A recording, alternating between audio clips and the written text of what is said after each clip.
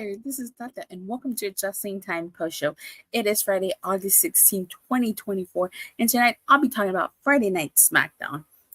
Alright, so we are on the road to Bash in Berlin, and let's talk about this Bloodline segment. So at the very end of tonight's show, Sokoa and Tama Tonga went out there, and they had that coral necklace that used to belong to Roman Reigns. Actually, throughout the entire night, Solo had told Tama Tonga that if Roman Reigns wanted to be the tribal chief again, he had to get the necklace. And if Roman got that necklace, him and Tama Tonga would have to acknowledge Roman Reigns. So, Roman comes out. Of course, there's a brawl here. He takes out Solo Sikoa and he takes out Tama Tonga. And just as he put the necklace back on, he gets attacked by Jacob Fought too. Now, he did the hip attack and everything, and then they did the triple powerbomb to Roman Reigns on the announce table. And basically, to close SmackDown, the Bloodline was standing over Roman Reigns. So, I thought it was great that they held off on the Roman Reigns-Jacob Fatu interaction. I definitely would like to see a stare down between the two. But then, they took out Roman Reigns, which can only mean one thing. Roman Reigns is outnumbered and he's going to need help. I could definitely see Jimmy Uso coming back first. And then him and Jay reunite. And we get the original Bloodline versus the new Bloodline. That's going to be your Men's Survivor Series War Games match here. But yeah, so I honestly wouldn't mind seeing a one-on-one match between Roman Reigns and Jacob Fatu. Jacob Fatu, the way they've been booking him has been great. He's a powerhouse. But the crowd was chanting OTC, OTC, Original Tribal Chief. So I like the ending because that was a great, fantastic ending. And so only a matter of time before Jimmy comes back. I wonder if the wise man is coming back too. Jacob needs to go over too. Yeah, I think that they did a really good job of putting Jacob Fatu over Roman Reigns. I definitely would not mind seeing that match. We have to wait and see if it does happen. Just like I wouldn't mind seeing Jimmy and Jay versus the Goddess of Destiny. All right. So what did you guys think of that segment? Let me know in the live chat or in the comment section down below. So tonight's SmackDown kicked off with Nia Jax Championship celebration. So you guys remember last week, Tiffany Stratton was planning all of this for Nia Jax. And I have to say, Nia Jax's entrance was phenomenal. She came out with a full crown and these men, all hail Queen Nia because she's the queen of the ring. And she's our women's champion. So, one thing that escaped Tiffany was everything was all pink. And Nia really is not a big pink fan. She says her style, destruction is more of her style.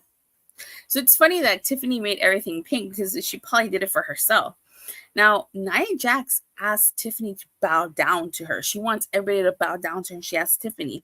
Tiffany hesitates. Obviously, I do think this is going to lead to Tiffany starting cashing in that money in the bank on Nia Jax. She's just trying to get chummy with Nia and get closer so she could sneak up from behind.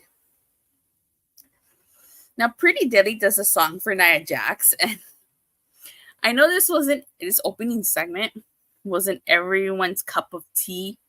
I know some people like this. Some people probably dislike this opening segment. I didn't mind it. I actually liked it. I think Pretty Deadly is hilarious. They did a whole song for Nia Jax. And I actually felt bad for them after Minchin crashed the celebration and then attacked them with the kendo stick. Why did Minchin crash the celebration? Because she's been feuding with Nia Jax and weddings, championship celebrations, and contract signings, you guys know, always end in disaster in professional wrestling. And this was no different. So, but that's where I think the storyline's going to go. It's going to go with Tiffany eventually cashing in on Nia Jax. So you get Jade, Cargill, Bianca, Belair, and Naomi. They're just watching this madness unfold backstage. And they're just talking about how next week they're going to have a reason to celebrate when they take back their tag titles. And Melo approaches them and he tries to invite them to his after party, but like Jade is like, didn't Andrade beat you? So we get an Andrade versus Carmelo Hayes. And this was a really great match. Like, don't get me wrong, like this, they've had great matches. Carmelo won this, and then Andrade attacked him because he was gloating about it. So we're definitely not over with this feud yet. I think it's gonna continue. I don't know what the blow-off match is gonna be. They've had singles matches. I feel like we need to add a stipulation to this.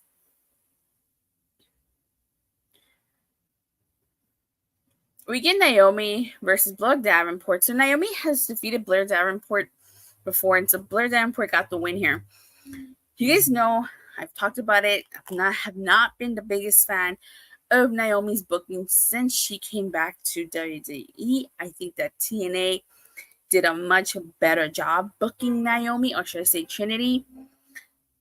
But I just feel like, and this is just my personal opinion, I just feel like since Naomi came back, she's just been kind of there. Yeah, she had a WrestleMania match, but you would have thought that they would have kept Naomi, Bianca, and Jade as a faction, just, make them dominate, but that didn't happen.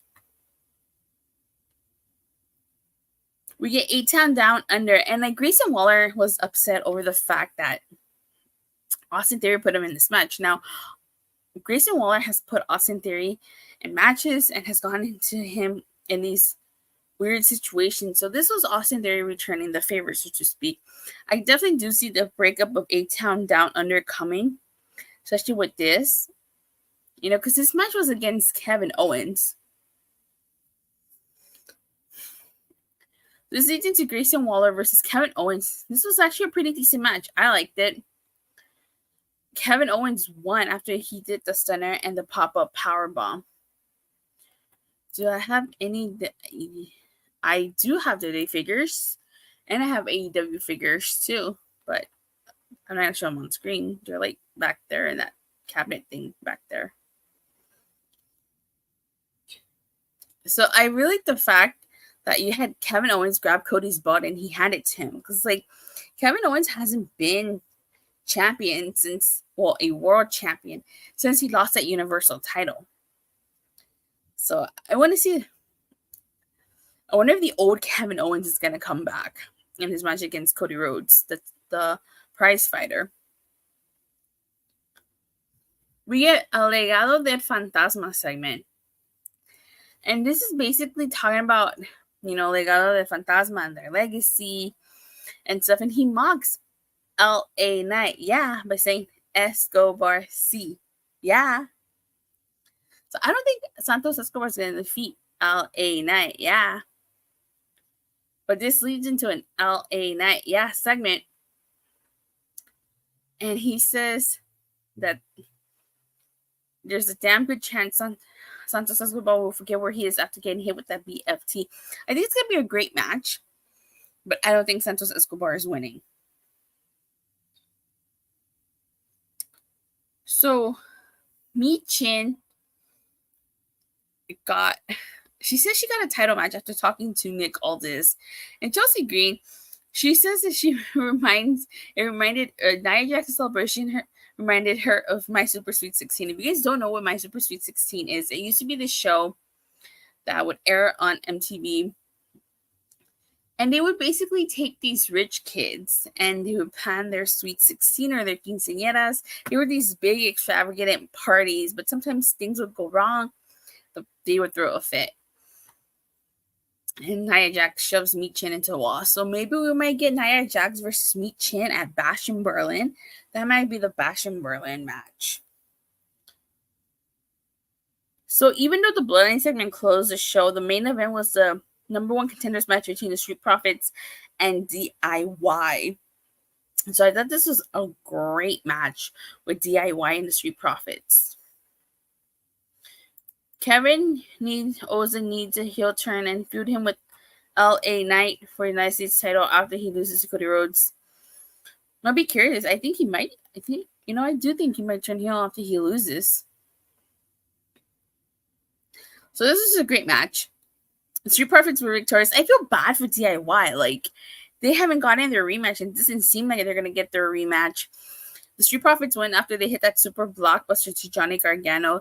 So they probably give it to Street Profits because they didn't want to do DIY versus the Bloodline again. But I don't think the Street Profits stand a chance against Jacob Fatu here. But that's pretty much all that happened on tonight's SmackDown. I feel KO plays a better heel than he does face. Yeah, I definitely agree. I think we all agree with that. Alright, so that's it for the review.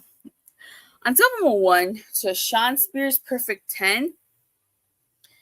I did like some of the matches. I did like the DIY versus Street Profits. I did like the ending segment with the Bloodline.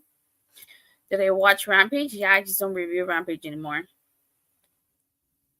And why I did enjoy Andrade versus Carmelo Hayes,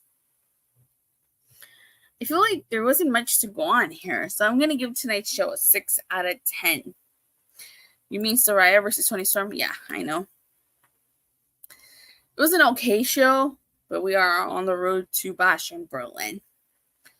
So that is it. So I do have a couple of announcements in case you guys won't forget, next week I will be attending Power Morphicon, Power Rangers convention. I'm so excited. On Thursday, I will be going on a trip to the filming location. So if you guys want to see a vlog, let me know in the comment section. I'm definitely going to be recording, taking pictures of the filming locations. Maybe I can put a vlog and show you guys that.